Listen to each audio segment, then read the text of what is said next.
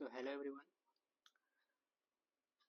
आज हम लोग जुलाई मंथ का जो इम्पोर्टेंट आर्टिकल्स है उसको कवर करेंगे which are be very important for the our upcoming prelims UPSC prelims 2026।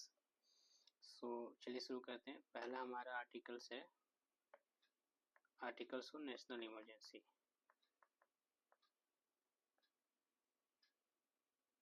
National emergency, ठीक है। ये आर्टिकल्स हम क्यों ले रहे हैं? क्यों?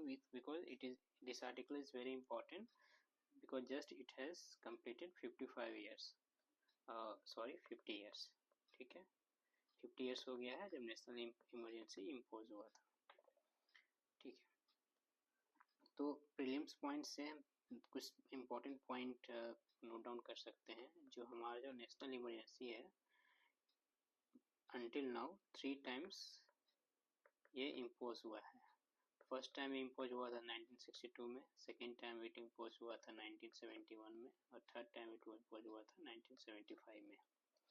जब 1962 में इम्पोज हुआ था उस टाइम जो रीजन दिया गया था चाइनीज एग्रेशन की वजह से, ठीक है। चाइनीज एग्रेशन हुआ था उसकी वजह से जो 1971 में जो नेशनल इमरजेंसी में इम्पोज किया गया था हम पर, उसमें रीजन था पाकिस्तान वार।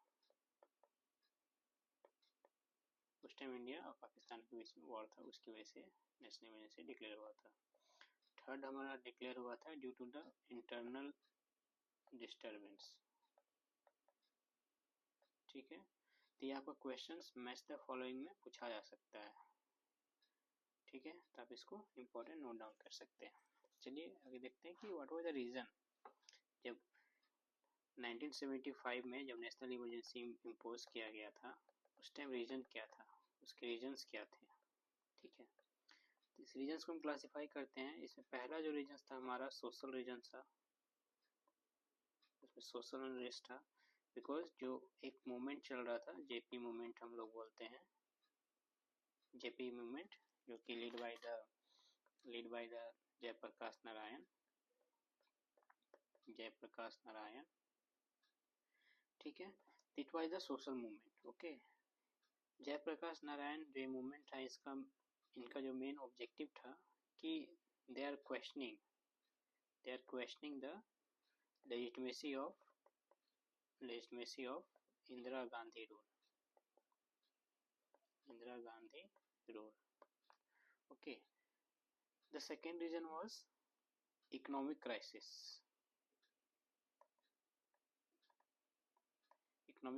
of the 1971 war. What happened when the India was busy with the Pakistan in a war, so that time जो पोस्ट वार सिचुएशन बना उसकी वजह से हमें क्या हुआ, इन्फ्लेशन हुआ। इन्फ्लेशन में जो गुड्स के जो प्राइसेस थे वो इंक्रीज हो गया। उसके बाद ग्लोबल ऑयल क्राइसिस हुआ, उसकी वजह से भी हमारा प्राइसेस बढ़ गया, ठीक है। और जो हमारा जो इकोनॉमिक ग्रोथ था वो स्टैग्नेट हो गया था, मतलब इसमें ग्रोथ नहीं हो रहा था, ठीक है। This was the second reason. The third reason was the political reason. इसमें यह था कि Allahabad high court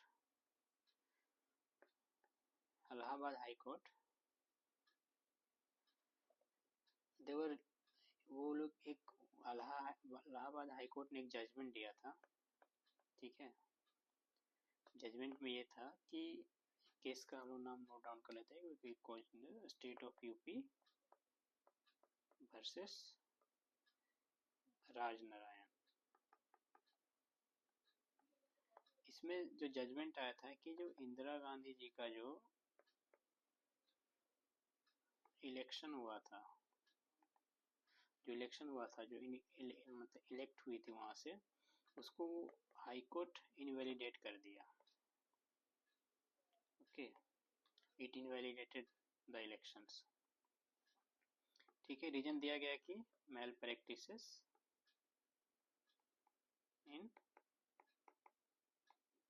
electoral process, ठीक है। इसकी वजह से these are the 3 very important reasons, ठीक है, जिसकी वजह से नेशनल इमरजेंसी लगाया गया था। ठीक है, सो नेक्स्ट हम लोग देखते हैं कि जब इंदिरा गांधी जी ने इलेक्शन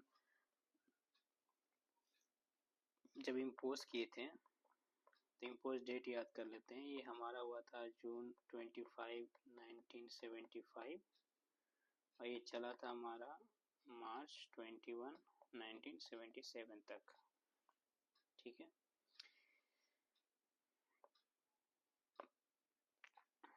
नेक्स्ट देखते हैं कि व्हाट मेजर कॉन्स्टिट्यूशनल अमेंडमेंट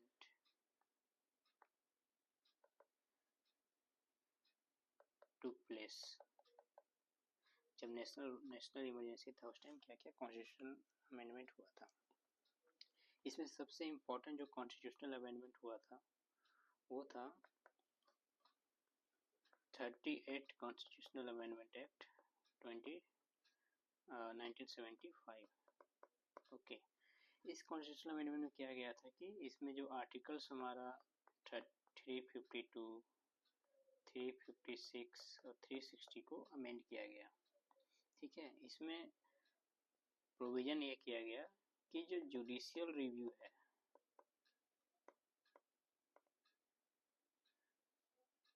ठीक है, जो नेशनल इमरजेंसी का, ये अब अप्लाई नहीं होगा।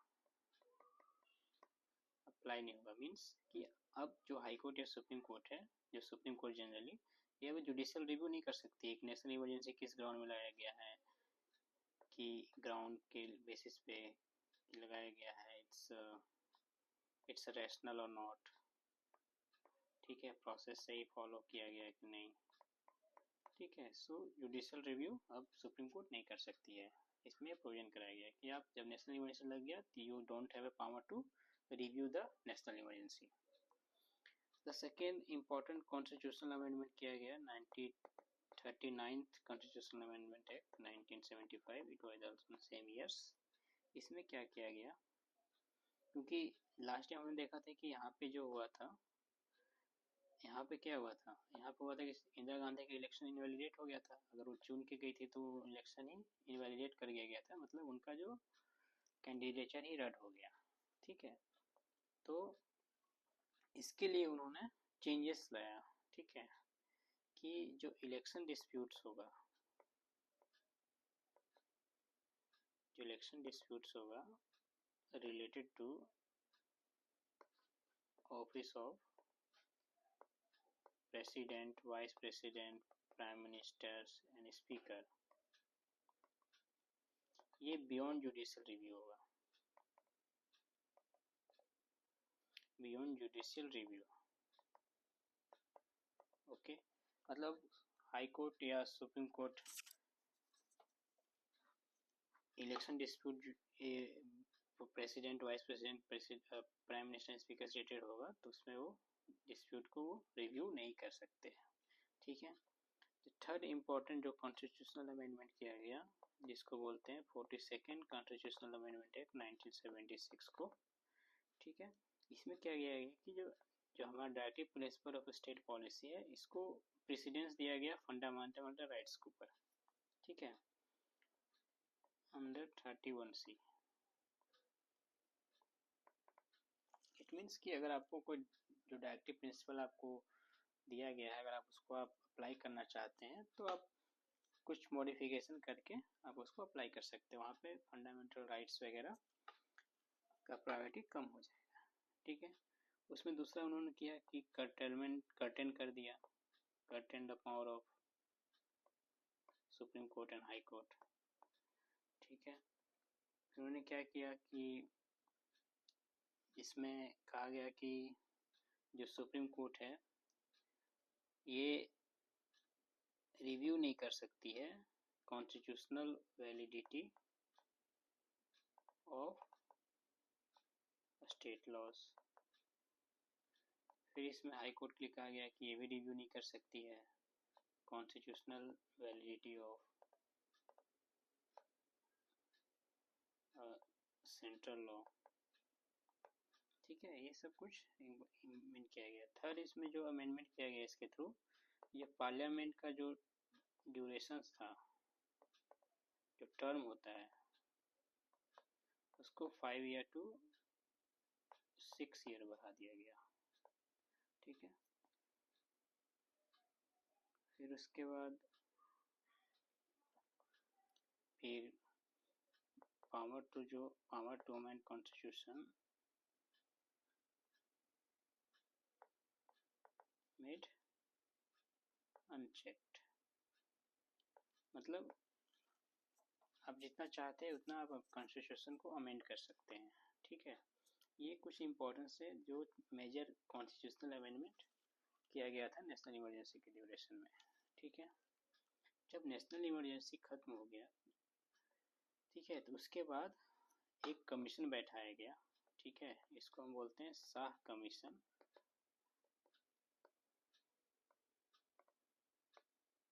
शाह कमीशन, इसने जनरली जो उसको रिव्यू किया, इस कमेटी ने उसको रिव्यू किया कि नेशनल इमरजेंसी में जो भी कॉन्स्टिट्यूशनल चेंजेस किए गए हैं वो वैलिड है या उसका इम्पोर्टेंस नहीं है, या मिसयूज ऑफ पावर है, इसे उसको रिव्यू किया गया। तो फिर जो नया जो गवर्नमेंट आई, पार्लियामेंट्री न्याय बैठी, उसमें कुछ उसमें चेंजेस किया गया। मेनली जो चेंजेस था उसको नल करने के लिए और या चेंजेस को वापस करने के लिए, जो पहले का कंडीशन था। ठीक है, कि इन फ्यूचर कोई भी पावर का मिसयूज ना कर सके। ठीक है, तो उसमें जो फ्लॉज थे, जो कहीं पे जो लिमिटेशन था, उसको सुधारा गया। ठीक है, तो पहला उसमें जो कॉन्स्टिट्यूशनल अमेंडमेंट किया गया 44th कॉन्स्टिट्यूशनल अमेंडमेंट एक्ट 1978 में, इन्होंने क्या किया, जो आर्टिकल 352 के तहत जो ग्राउंड्स था हमारा नेशनल इमरजेंसी डिक्लेयर करने का, ठीक है, इसको जो इंटरनल डिस्टर्बेंस, इसके बेसिस पे इंदिरा गांधी जी ने जो नेशनल इमरजेंसी डिक्लेयर किया था उसको चेंज कर दिया गया आर्म्ड रिबेलियन से। इट मीन्स कि अगर आप इंटरनल डिस्टर्बेंस के बेसिस पे आप नेशनल इमरजेंसी इम्पोज नहीं कर सकते हैं। ठीक है, और इसमें एक और प्रोविजन लाया गया कि सिर्फ प्राइम मिनिस्टर का एडवाइस इम्पॉर्टेंट नहीं है, आपको यूनियन कैबिनेट का एडवाइस चाहिए रिटन डॉक्यूमेंट में, रिटन में। ठीक है, फिर ये प्रेसिडेंट को एडवाइस करेगी, तभी आप नेशनल इमरजेंसी इम्पोज कर सकते हैं। ठीक है, ये कहा गया। थर्ड में कहा गया कि सपोज आपने नेशनल इमरजेंसी इम्पोज कर दिया तो आपको पार्लियामेंट्री से मैंडेटरी अप्रूवल लेना होगा, mandatory approval of the parliament. ठीक है, विद इन 1 मंथ। ठीक है, पार्लियामेंट में यहाँ दोनों हो जाएगा, राज्यसभा एंड लोकसभा। ठीक है, तो जो अप्रूवल्स होगा इसके लिए आपको स्पेशल मेजोरिटी की जरूरत है। यहाँ से आपका क्वेश्चन बन सकता है। ठीक है, फिर इसमें जो किया गया, जो फंडामेंटल राइट्स है अंदर आर्टिकल 20 एंड 21 का, जो राइट टू कॉन्विक्ट, जो प्रोटेक्शन देता है कॉन्विक्ट ऑफ ऑफेंसेस में, और ये जो लाइफ एंड लिबर्टी का देता है, ये remain enforceable even during the national emergency. ये हमेशा इन्फोर्सेबल रहेगा। आप किसी को कॉन्विक्ट नहीं कर सकते ऑफेंसेस में विदाउट एनी रीजंस, और आप किसी का life, right to life and उसका लिबर्टी, आप उससे स्नैच नहीं कर सकते हैं। ठीक है, रिमेन उसके बाद एक इम्पोर्टेंट चेंजेस किया, जो राइट टू जो प्रॉपर्टी था, जो पहले फंडामेंटल राइट्स था, इसको चेंज करके कॉन्स्टिट्यूशनल राइट्स बनाया गया। ठीक है, कॉन्स्टिट्यूशनल राइट्स बनाया गया। ठीक है, अंदर 300A आर्टिकल्स में। ठीक है, फिर जो पार्लियामेंट का जो इंदिरा गांधी जी ने 6 ईयर कर दिया था, उसको 6 ईयर से वापस 5 ईयर लाया गया। ठीक है, और इम्पोर्टेंट किया गया कि जो रिस्टोर किया गया judicial review,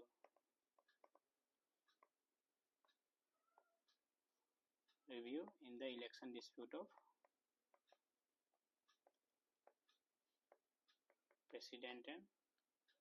president and vice president. इस ऑफिस के लिए इसका इलेक्शन को रिव्यू को रिस्टोर किया गया। ठीक है, तो इतना ही था। आप इसमें जो एग्जाम के लिए आप इसका जो स्टैटिक पार्ट है उसको आप कवर कर सकते हैं। नेशनल इमरजेंसी इम्पोज कैसे किया जाता है, दूसरा ड्यूरेशंस क्या रहता है, पार्लियामेंट का जो ड्यूरेशन है कितने बार कितने टाइम पीरियड तक बढ़ाया जा सकता है। ठीक है, जो मेजोरिटी है, मेजोरिटी किस टाइप का मेजोरिटी चाहिए। ठीक है, सपोज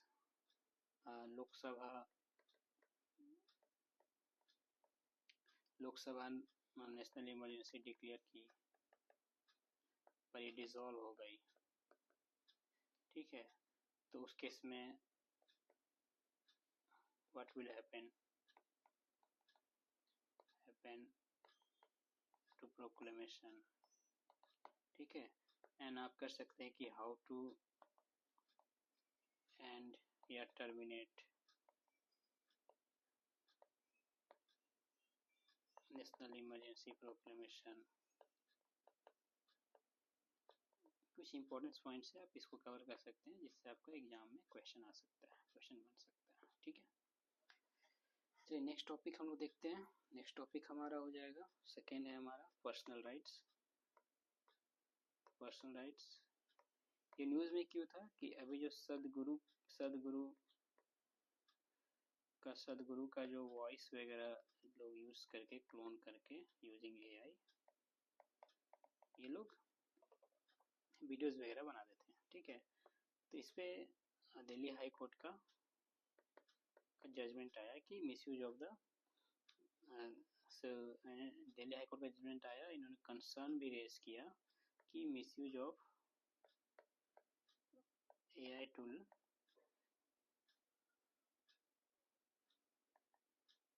इज इंक्रीजिंग। ठीक है, उसका मिसयूज हो रहा है। ठीक है, क्या क्या इसकी तरफ किया जा रहा है, वॉइस को क्लोन किया जा रहा है, वॉइस को क्लोन किया जा रहा है, डीप फेक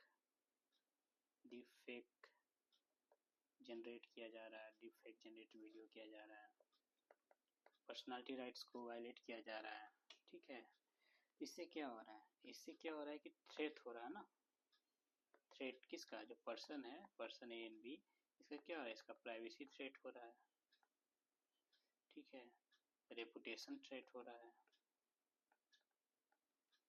ठीक है, तो ये जिसकी वजह से ये reason to which personality rights it was in news. ठीक है, अब हम समझते हैं कि पर्सनालिटी राइट्स होता क्या है। ठीक है, how we can define the personality rights, so we can define like rights of the individuals, right of individuals to control unauthorized use of their voice, personal attributes and name etc। ठीक है, तो इसके basis पे ये होता है हमारा personal rights. Okay, ठीक है, तो हम यहाँ से और भी देख सकते हैं कि एक क्वेरी होगा आपका कि कहीं ये मेंशन है क्या, तो आप तो कह सकते हैं कि डायरेक्टली कहीं तो mention, directly not mention anywhere, not mention, but law enforcement के लिए, but some components is present in right to publicity। ठीक है, and right to privacy। इसके बेसिस पे हम लोग कह सकते हैं कि कि कुछ कंपोनेंट है जिसके बेसिस पे हम लोग पर्सनालिटी राइट्स को एनालाइज कर सकते हैं। ठीक है, राइट टू पब्लिसिटी मतलब कि आप किसी पर्सन का अगर आपको इमेज यूज करना है तो आप उसके विदाउट परमिशन से इमेज यूज नहीं कर सकते हैं। ठीक है, राइट टू प्राइवेसी का मतलब है कि अगर आप किसी भी पर्सन को आप पब्लिकली रिप्रेजेंट कर रहे हैं, ओके, पब्लिकली रिप्रेजेंट कर रहे हैं तो विदाउट परमिशन आप नहीं कर सकते हैं, आपको परमिशन की चाहिए, परमिशन की जरूरत पड़ेगा। ठीक है, ये जो जजमेंट दिया गया था कुट्टा स्वामी जजमेंट में। ठीक है, चलिए सेकेंड टॉपिक कंप्लीट हो गया। नेक्स्ट थर्ड टॉपिक हम देखते हैं। जो हमारा थर्ड टॉपिक है इज वेरी इंपॉर्टेंट। एक ऐप लॉन्च हुआ है ECI नेट ऐप। ठीक है, लॉन्च किया गया इलेक्शन कमीशन द्वारा। ठीक है, क्या it's a one stop platform, one stop platform. ठीक है, for timely reporting of voter turnout. ठीक है, who will report like presiding officers, presiding officer। ठीक है, ये every 2 hours रिपोर्ट करेगा। ठीक है, to ensure data accuracy, to ensure data accuracy only authorized user will be permitted to fill data। ठीक है, नेक्स्ट टॉपिक है हमारा Adi Karmayogi. This is the good initiative. ठीक है, launch by the ministry of tribal affair.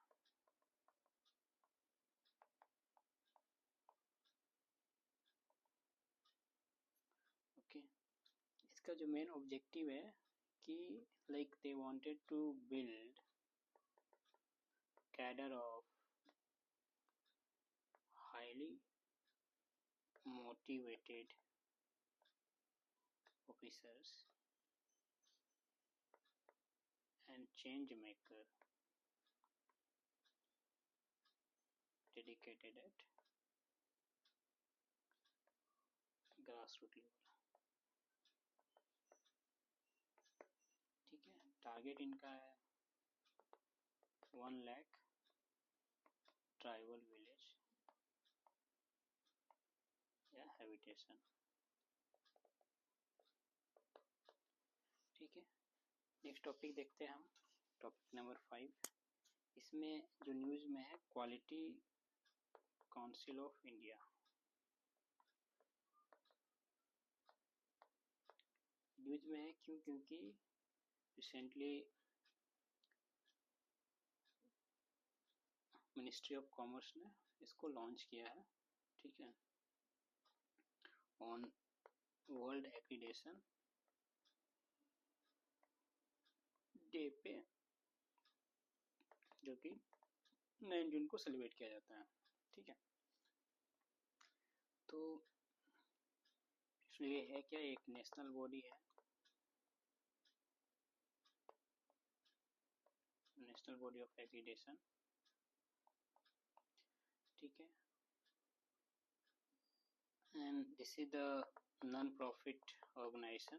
It's registered under the Society Registration Act 1860। ठीक है, इसका जो नोडल एजेंसी होगा मिनिस्ट्री ऑफ कॉमर्स।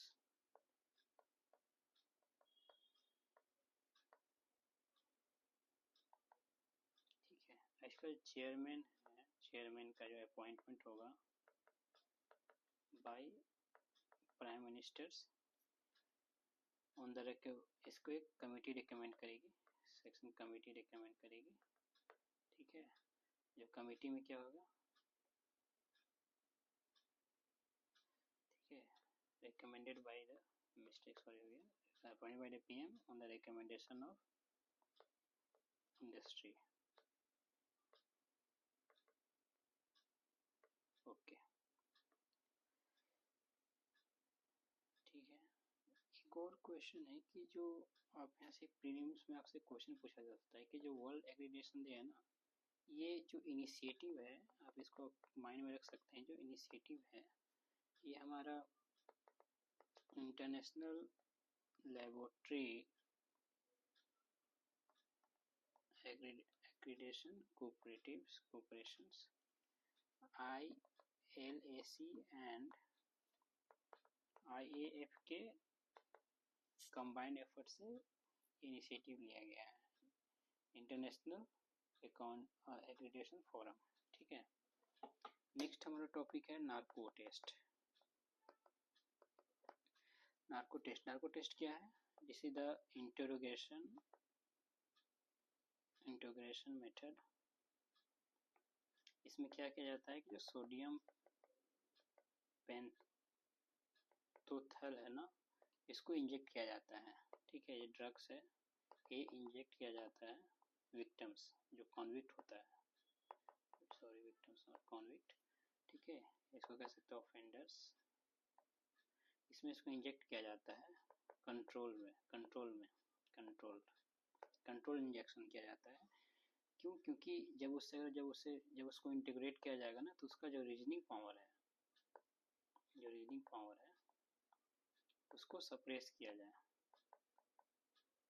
कि वो सोच ना पाए कि क्या मेरे लिए यस, क्या मेरे लिए रॉन्ग, क्या उसके लिए अच्छा है, क्या उसके लिए गलत है, ठीक है। तो इसलिए नार्को टेस्ट किया जाता है जनरली। ये this is the last resort when police या interrogation agency has no clue, ठीक है। तो इसमें कुछ सुप्रीम कोर्ट का जजमेंट आया है, एक इनवॉल्यूंटरी केस में आया है और एक वॉलंटरी केस में आया है। इनवॉलंटरी केस में सुप्रीम कोर्ट बोलती है कि ये वायलेट करता है आर्टिकल्स 23, जिसमें कहा गया कि इसमें है कि राइट अगेंस्ट सेल्फ इंक्रिमिनेशंस, ठीक है, और आर्टिकल्स 21 को ही वायलेट करता है, जिसमें पब्लिक लिबर्टी की बात किया जाता है, ठीक है। तो बोल रहा है कि आप अपने केस में खुद से गवाह नहीं बन सकते हैं, इसका ये मतलब हुआ, ठीक है। इसमें अगर कोई अगर एविडेंस होगा वो कोर्ट में अलाउ नहीं होगा, ठीक है, मतलब वो एक्सेप्ट नहीं होगा, गुड वर्ड बोले तो एडमिसेबल नहीं होगा, नॉट एडमिसेबल, ठीक है। दूसरा था वॉलंटरी में क्या था कि इसको भी सुप्रीम कोर्ट ने बोला है कि अगर वॉलंटरी बेसिस पे अगर नार्को टेस्ट में जाता है, तो अगर जो भी वो आप जो भी इंटीग्रेट कर रहे हो उसमें जो आपको आंसर मिल रहा है, वो भी जो ऑफेंडर है उसका कॉन्शियस कंट्रोल उस पर नहीं है, कॉन्शियस कंट्रोल उसके ब्रेन पे नहीं है, जिसकी वजह से ये भी कोर्ट में एडिसेबल नहीं है। बट यहाँ से जो न्यू इंफॉर्मेशन मिलेगा आप ये एक्सेप्टेबल है इंडियन एविडेंस एक्ट के तहत,